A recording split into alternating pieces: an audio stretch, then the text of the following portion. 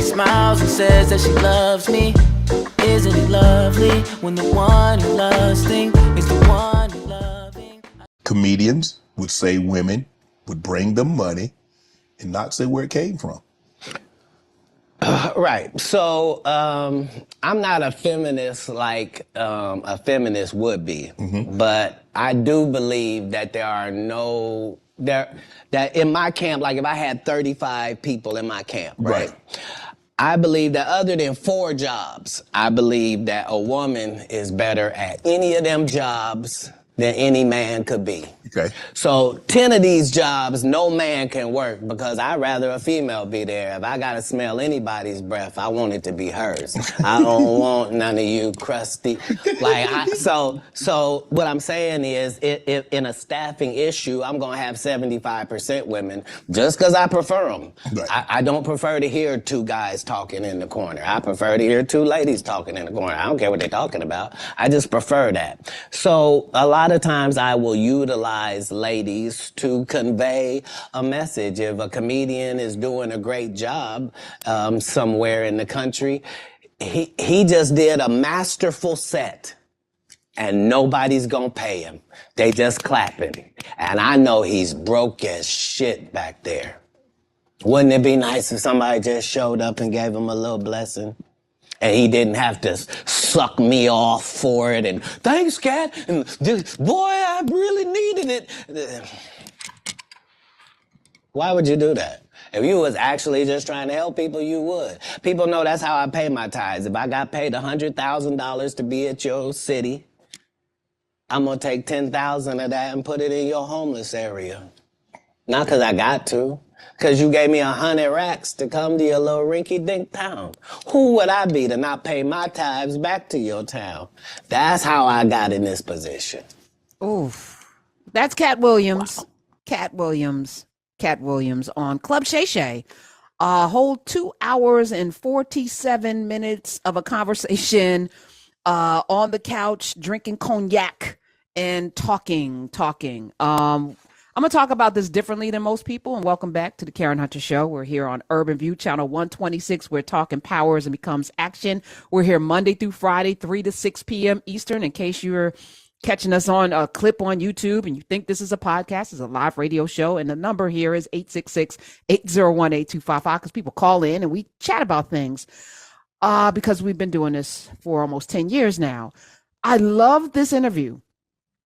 As a journalist, people taking note, and I'm sure I should take note as well. Sometime the best thing that Shannon Sharpe did in this interview was to be quiet. It's one thing that we don't do a lot of when we're asking questions. And I do it sometimes too, because I'm like, I know I have a time, I have a clock, I want to get everything in. But he had 2 hours and 47 minutes. He had time and he let it breathe. And I appreciate it because it 246 minutes, let me be exact. It was really, really a good interview. Most people are going to focus on Mark Curry and Steve Harvey stealing his jokes and Cedric the Entertainer. Most people are going to focus on, Puff Daddy and the partying. I think I do have a clip from that. I'm going to say that for Friday because Friday's where we do foolishness, right? Most people are going to focus on a lot of things. I wanted to lead with this particular clip because it spoke to the character of how I feel personally that when you're in a position to do more for people that you should, when you're in a position where you're good, everyone around you should be good. To me, the hallmark of success is how many other people are successful in your camp, in your circle. I look at LeBron James. The reason why I love him, not just because he's a basketball phenom and brilliant and all of the things that just a specimen, but it's his camp. It's Maverick. It's Rich Paul. It's the way in which he empowers his wife and his daughter and his sons. It's the way in which he shows up for Akron and those families there and those kids that he's put through school and their parents. That to me is the hallmark of success. It doesn't make any sense to me if you are a billionaire and you haven't made hundreds of billionaires around you. That doesn't make any sense, which is why For him to say when he goes to a town, he just donates because that's part of his tithe. That resonated with me.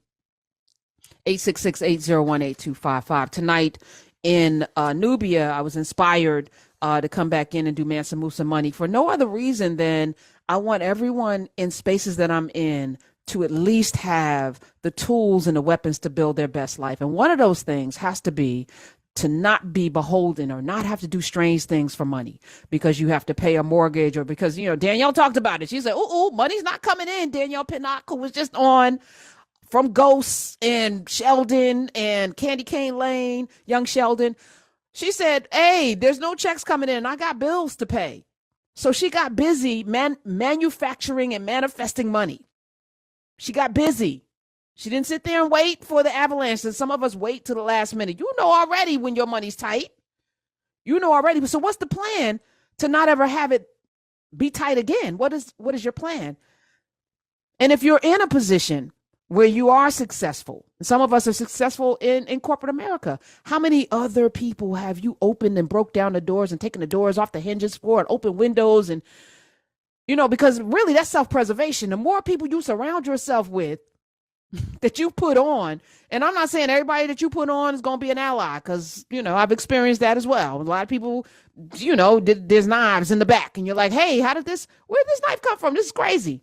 You're going to get that. But I would say 90% of the people are going to be your allies. That's just self-preservation. But it's also, I think, the heart of what it looks like to live in abundance. So it's Thrive Thursday. I want to stay in that space. 866-801-8255. I wanted to start with that clip because it just spoke to his character. He said a bunch of other things. The other thing that I love is that he didn't let people talk about him on a platform. So apparently Club Shay Shay has hosted, and I did watch the Steve Harvey interview. I did not watch the Cedric the Entertainer interview. Full disclosure, I have done a book with Cedric the Entertainer. You can Google search that. I think who was on somebody said Tyler Merritt said he Google searched all of the books of people that Cedric the Entertainer is one of them. Mr. Kyles. So I didn't watch those interviews, but apparently they said some things. Ricky Smiley, another one, said some things on that couch talking with Shannon Sharpe that Katt Williams said not true, that they were lies. So he reached out to the place where the men said the lies and said, I need to come on and set the record straight. I love that. Be your own advocate. You don't need a PR rep. And to Shannon's, and he needed to do this. If you let people on your couch lie about you, you should have them on to defend themselves. Or not just defend, because this was not a defense. This was masterful, actually. I could not turn away. I don't know if anyone else felt that way. There were some moments, and I'm not going to go through and dissect it all, but what I heard more that resonated to me, and that's the thing about reading books and watching things, is that we're all going to walk away with our own perspectives. Some people, if you don't like Katt Williams, you would listen to that interview and maybe you've been bothered. If you were a Steve Harvey fan, you might be bothered by it and triggered by this interview. If you love yourself some Ricky Smiley, you are going to be really triggered by this. If you love Martin Lawrence, you're not going to like some things. You're not going to like some things. I don't put my eggs in any basket. I'm kind of like, I'm going to see what everybody, because people will disappoint you every time, number one, but also we're complicated. We're human beings. We're going to never be right all the time, which is the great thing about being human. You're going to be humbled. You're going to be wrong. You're going to be stepping some things. You're going to do some things that you wish you hadn't. And then hopefully grace will carry you through to the next place. And you'll be humble enough to apologize. I wonder if any of these men, because Mark Curry has been on the record to talk about Steve Harvey stealing his bits, stealing his comedy, stealing his life. Mark Curry has talked about this. Mark Curry is not a household name. Steve Harvey is on every damn talk TV show imaginable. Mark Curry does not have that career, even though he's the blueprint, apparently. I say all of this to say that being silent, there's a saying, silence is acquiescence. When you are silent, some people are like, why do you clap back? I'm a clap back. I'm a clap, slap, do all of the things. This is why I think I'm in alignment with Katt Williams, because you're just not going to just be saying things. If I hear it, I'm going to say something. If I see it, I'm going to say, no. And if I'm wrong, I'm going to apologize. So that's how that works. 866-801-8255. Did anybody watch the 2 hours and four? I ain't had the time, but I made the time between last night and all today. 2 hours and 46 minutes. Club Shay Shay, Katt Williams. So many nuggets. The one about being scared of white women, that was fascinating to me too. And again, we love everybody. We love everybody. However, the way this country and the world is constructed, there are consequences, even in our relationships, that must be acknowledged at least. And I'm not saying that all these kinds of relationships are bad and nothing, blah, blah, blah, blah. But for somebody like Katt Williams, who's in the crosshairs, or could be in the crosshairs because he apparently is unafraid to say things, you don't want to get caught out there. So he said, he's scared of white women. All right, Smith, play it. My goal was to get this far in Hollywood and still have a virgin asshole. And never had sucked a penis. That was my only goal. I didn't want to get with a white woman because I was scared she might have me running down the street like Jonathan Majors. There you go. Think I'm old, Katt. Not because I didn't like white women. I think white women are as great as any other women. But I'm not going to act like I'm not scared of them. I have a reason to be scared. You could be Kang the Conqueror, and they could take your rabbit ass down in 2 weekends. And that's the truth of the matter. So I stayed away from that. And remember, I told you the drug story from when I'm in the park. Yeah. So these are just the things. I had all of those when I came in. I already was ready for that. That's what they don't like. Right. Now, he's been accused of being on drugs and all these other things. He addressed that, which I thought was also masterful, the way in which he addressed it. He's been accused of not showing up, and he addressed that. Smith, did I don't know which one of these clips is where he talked about his work ethic, and is it clip 3? Is it clip 3? Because this one, I was like, ooh, I think, is it clip 4? No, one. Oh, yes, you're right. Okay. So let me just say this. I thought we played one already. No, we didn't. Okay. Perfect. It is clip 1. So today's Thrive Thursday. As I mentioned, we're going to be doing some things in Nubia around not just financial freedom. Part of the thing, like all of us, unless you have an inheritance or a trust fund, or, you have had a really, really good job over the years and saved your money, most of us need the jobs that we have. We work so that we can have the life and the lifestyle that we want to have. But some of us are in positions where we have to work every day. We have to work at the jobs that we're in.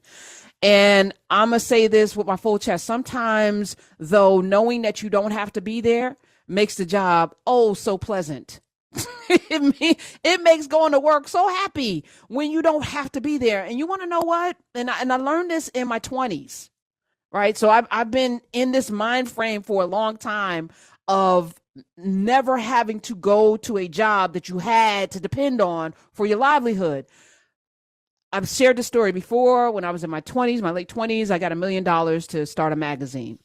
And I was still working at the New York Daily News. So I printed out my bank statement, as I mentioned, and taped it on the wall because there was a joy in having $1 million to see that. It was the dumbest thing in the world, by the way. You do not keep $1 million in a bank account. It's stupid. It was dumb. I had no financial guidance. So let me just say that.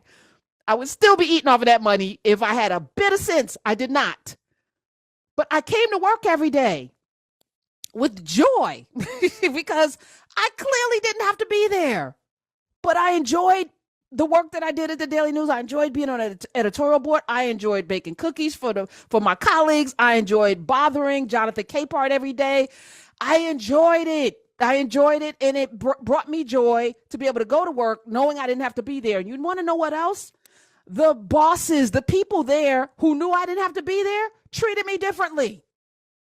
There was no longer anything that you could make me do. So you know what? I did my work, though. I did it excellently. I think we won a Pulitzer while I was there doing that. At the end of the day, though, what I also realized is that people respect people when they know you don't need to be there, but you're there anyway. Like there's a level of respect. First, there's fear. Is this person going to, give me their ass to kiss? Maybe. So you should always be ready for that. But there was also a level of respect that can only be fomented by the confidence that you have coming into a space that you don't need to be in, but you want to be in. And you do your job differently when you want to be there, as opposed to, I have to be here. So my goal, that feeling, I want everyone to have. I'm not saying people should quit their jobs. Don't quit your job, but be in your job knowing that you don't have to be in that job, that you have set yourself up in such a way that the job is gravy on a dish you already made. 866-801-8255. So when Katt Williams talks about betting on himself, somebody who left his home at 13, 14, 15, living on the streets, his homeless journey, his journey with prostitutes, his journey being in them streets, and then recognizing that nobody like Danielle Pinnock, them telling her 800 companies don't want to work with you. I've heard that here, by the way. I never allow for anybody to diminish the work that I do. So I'm going to go out and I'm going to find some companies. Hey, Damon John, you still hooked up with Bombas? Can they come? Let's go. We're making phone calls, and I'm not saying Sirius doesn't do their job, because they do. However, there's levels to this, and they're never going to see you as amazing as you actually are. Do you see yourself as amazing? That's the other question, right? Because that part of that is you have to see yourself as brilliant, amazing, as great. And if you don't get there, what do you need to get there? What work do you have to put in to be confident in yourself? And, Katt says something really powerful. There's a thin line between confidence and delusion. I was like, yeah, that's a tightrope, right? And he said, unfortunately, too many people are in the delusion camp. And the crazy thing about delusion is the universe, Dr. Daniel Black talks about this, doesn't make a distinction. So those delusional people who think that they're great can become president of the United States. And that has happened. Hey, y'all that voted for Trump. Yeah, on straight delusion. Because he is none of the things that you would expect from a leader. Yet he believes that he is, and the people around him believe it thusly. That's how that works, right? So my goal is to get all you great people to believe in yourselves, right? So it's not just the mediocre, delusional people out there who are banging their chest and walking around, strutting around like they're great. And y'all all know, because you got bosses, you like, how in the hell did this makes no damn sense. But they believe that they're supposed to be in that C-suite in that corner office. They believe it. Okay. 866-801-8255. Don't have a lick of talent nowhere. And you got all of the talent sitting there wondering why. Well, that's the encouragement. All right, so let's play this clip one, Smiz, from the Club Shay Shay interview with Katt Williams. You financed your first stand-up. You had it cost you $22,000. You had 25 to your name. Yep. Why did you decide to do that? You believe that much in Katt? I believe that much in business. In business, the goal is for you to become independent and be the boss, take the responsibility, and also get the profit. Okay. That's all. How can I be looking for you to put me on if I wouldn't?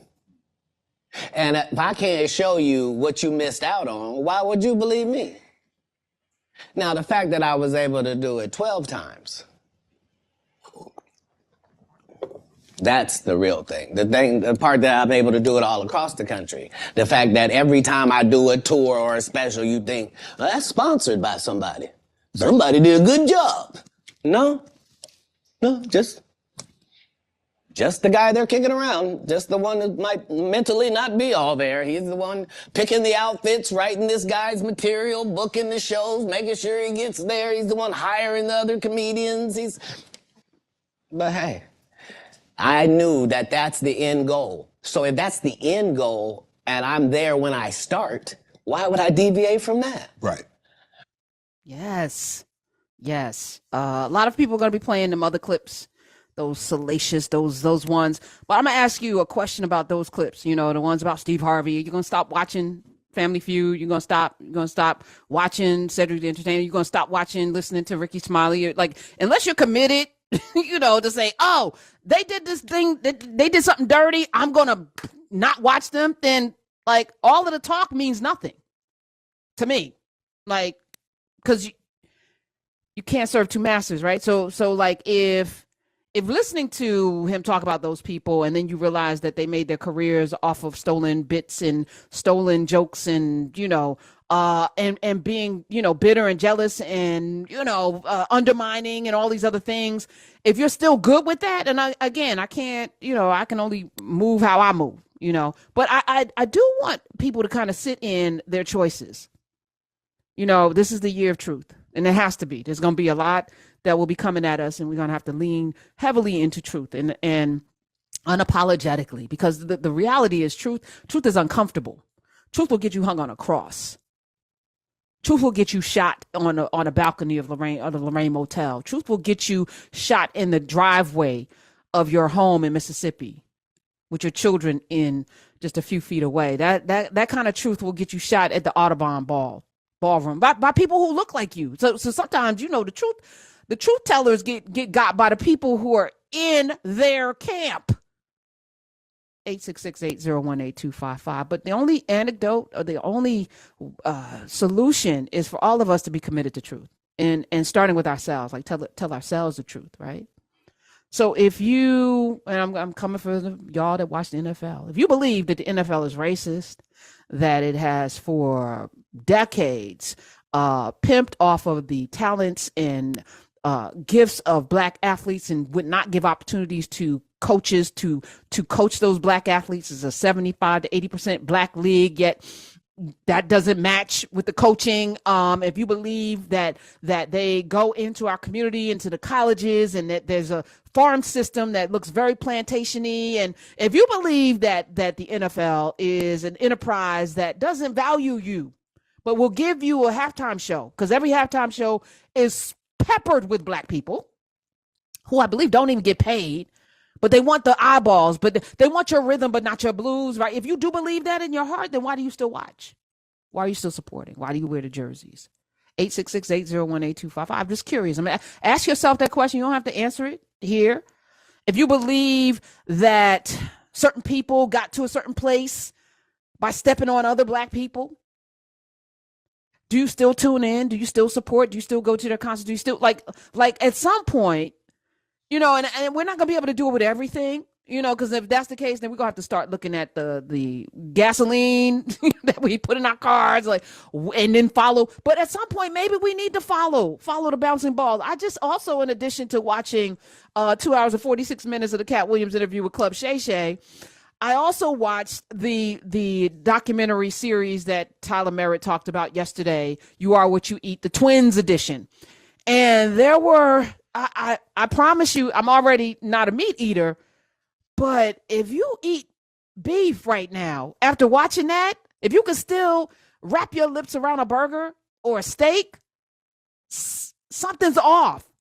And you cannot expect to have, enlightenment when you're serving two masters. You can't watch that knowing that cows are destroying the economy. I mean, not the ecology, destroying our planet with the farts and the burps, and knowing that land is being decimated in the Amazon to make more cows, to make more beef for you to eat a burger for $1.99 at McDonald's or Burger King or Wendy's or wherever you eat your steaks. It could be a Del Frisco's, doesn't matter. If you can still do that, I don't understand. So this is beyond, again, I'm never really talking about the thing that we're talking about. This ain't about Katt Williams and Club Shay Shay. It's about us. And I'd like to have that conversation this year and beyond, because as long as collectively, because it starts with individuals, but as long as collectively we are allowing ourselves to be gaslit by ourselves, where we tell ourselves lies about things we know are a lie, because we need coverage to keep doing the things that we think we enjoy, because we've been conditioned and marketed to enjoy those things, but we don't even examine that. I just read Frederick Douglass yesterday on the plantation. If you didn't drink and participate in sport and merriment during that downtime between Christmas and New Year's, you were not looked upon favorably by the master. And in fact, you could be beaten. You could be punished for not drinking and having merriment during that down period. Something was wrong with you if you wanted to make some money on your own. We're still in that system. What's our responsibility? So that's going to be a question I'm going to keep coming back to.